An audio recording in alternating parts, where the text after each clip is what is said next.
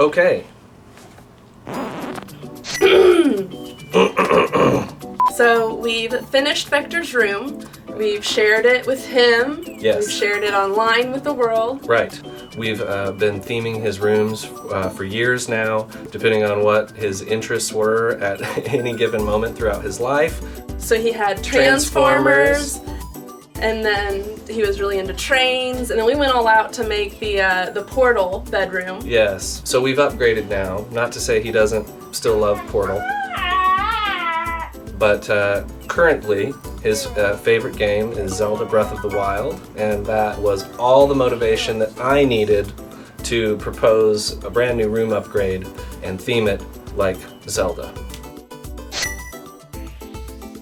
So you had the original idea and started drawing a sketch of Yes. what this could possibly look like. I was Right. a little skeptical at first, I have to admit. And justifiably so. This was our original sketch, and it is full of all sorts of craziness and contains all of the different Zelda items that I thought were key to making an immersive Hyrulean bedroom experience. The pot was the first thing that we bought. Well, and one thing we realized early on is there's sort of seasonal limitations of when you can get a giant gardening pot, especially available locally. So we found the closest we could. We wanted to use that for a clothes hamper, and then we used the Silhouette Cameo to cut out the stencil for the wavy design. Go ahead and put an image up, maybe. Yes.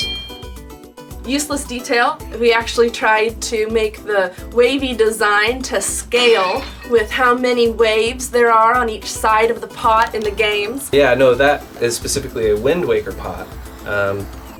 Probably our favorite and easily the most colorful of the recent Zelda pots. Yay! I just talked about pots for like 5 minutes. The barrel. The Bokoblin Bomb Barrel. Ooh, this was a big one. Yeah, Lots yeah. of decisions to be made on what the barrel was going to be used for, whether I wanted there to be an exploding barrel in the room design. Just period. Not only did we want to include this as a fun, colorful reference in the room, but also we wanted to make sure that it was functional. It's a great board game storage device. It does not actually explode. That was a caveat. Yeah. Crates. Well, and any bedroom in our house needs to have bookshelves, so we decided to use Yes. the crates as the bookshelves in Vector's new room. Yes. And we actually found a collapsible pop-up option. Oh yeah, they're fantastic. I think they're vinyl, so no splinters. Storage. Totally awesome. What's next? Oh yeah. The Master Sword and Hylian Shield. So those are from Amazon. Okay, Slash Grandma. we did Grandma's not list off Amazon. we did not make the sword nor the shield, though we did mount them together. And in the case of the shield, that is like almost a real shield, I feel like. Pretty much. Not really, but it was really heavy, so mounting it required some heavy-duty bolts. Yeah, it's serious.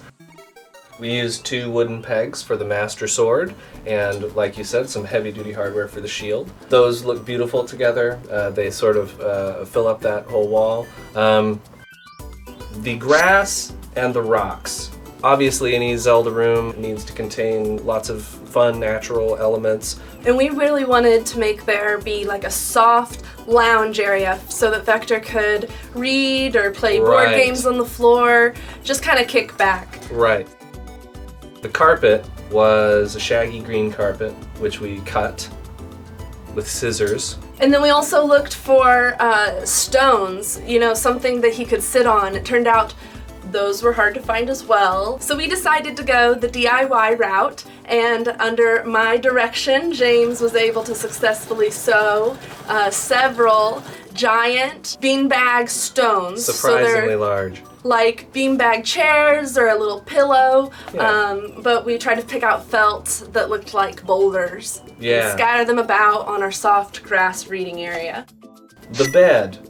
We kept Vector's bed, but we wanted to upgrade it and Absolutely. bring it more in line with something that you would find in Legend of Zelda, and in this case, the Bokoblin Triforce that you find scattered throughout Hyrule. That seemed like sort of a fun theme to springboard off of.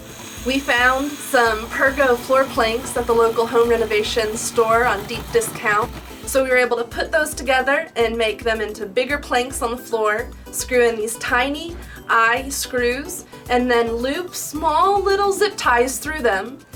Zip tie those more onto the bed. I think we went through about 150 zip ties total on this project almost, about one whole package, but it worked out pretty good. The mural.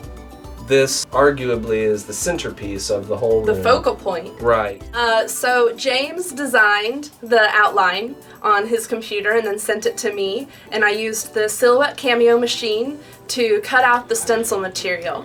Thing is, I'm kind of new to the Silhouette Cameo, and so I had to cut it out in a ton of different little pieces because it was an 11-foot expanse overall. So we ended up with, I wish I had counted, maybe 20 different little pieces of stencil that had to be numbered, archaeologist style, and then put up on the wall.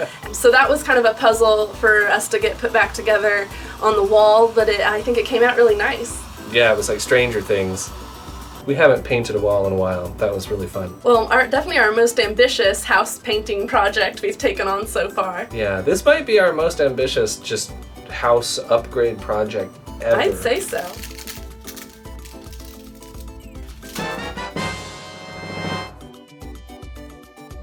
So James designed the mural. They're gonna ask, so what'd you draw it in? Adobe Flash Professional CS6.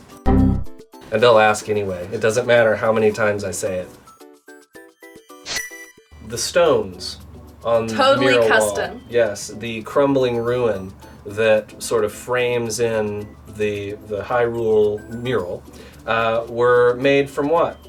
EVA foam floor tiles. All the cosplay research has paid off. Right. We're able to get a wood burning tool, and James used his artistic skills to carve those blocks, cut them out, and we spray painted them with some rock texture paint. And it was your idea, I think, to bleed the bricks over across the closet onto the other wall. Yeah, I like the way it shapes in the corner of the room. Yeah. The fairies. Whoa, the fairies. Making the final decision on how we were going to do the fairies was one of the very last things we locked into place. Right. But we ended up just kind of choosing some light up orbs that are marketed on Amazon for putting in like pools, so I think they're actually waterproof. Yeah, which is great. But what we were interested in was the remote control, reliable batteries and LEDs. So not only are they a great night light in the evening time, but it just makes them all kind of a fun toy to play with. You can switch the color and change the fade and all that fun stuff. In terms of the wing design, we were able to use your Cameo cutter again. Yeah, so we used the Silhouette Cameo to cut out the wings, which we then stapled onto the walls actually. Yes. And then we used white Velcro dots to connect the orbs to the wall. So we can take them off whenever we want and change the batteries out. And then we're able to click them on. Yeah, they're awesome. I thought the fairies turned out so perfect, the mural turned out so perfect, the stones turned out so perfect. Vector was such a good sport. I mean, really, it was his idea that he wanted it all to be a surprise until the very end. And we were somehow able to keep his entire room a surprise. For pushing 6 months, I cannot believe we were able to accomplish that. He was beside himself. He loved it, and we all love hanging out in there. It's the best board game room ever. those boulders are comfortable. Yeah, right? Well, thank you guys so much for watching. We had a blast putting this room together and getting to spend so much time working together and doing fun projects. And I'm sure we'll think of something even cooler to do next time. So until then, I guess I need to get back to work. I have to animate something now.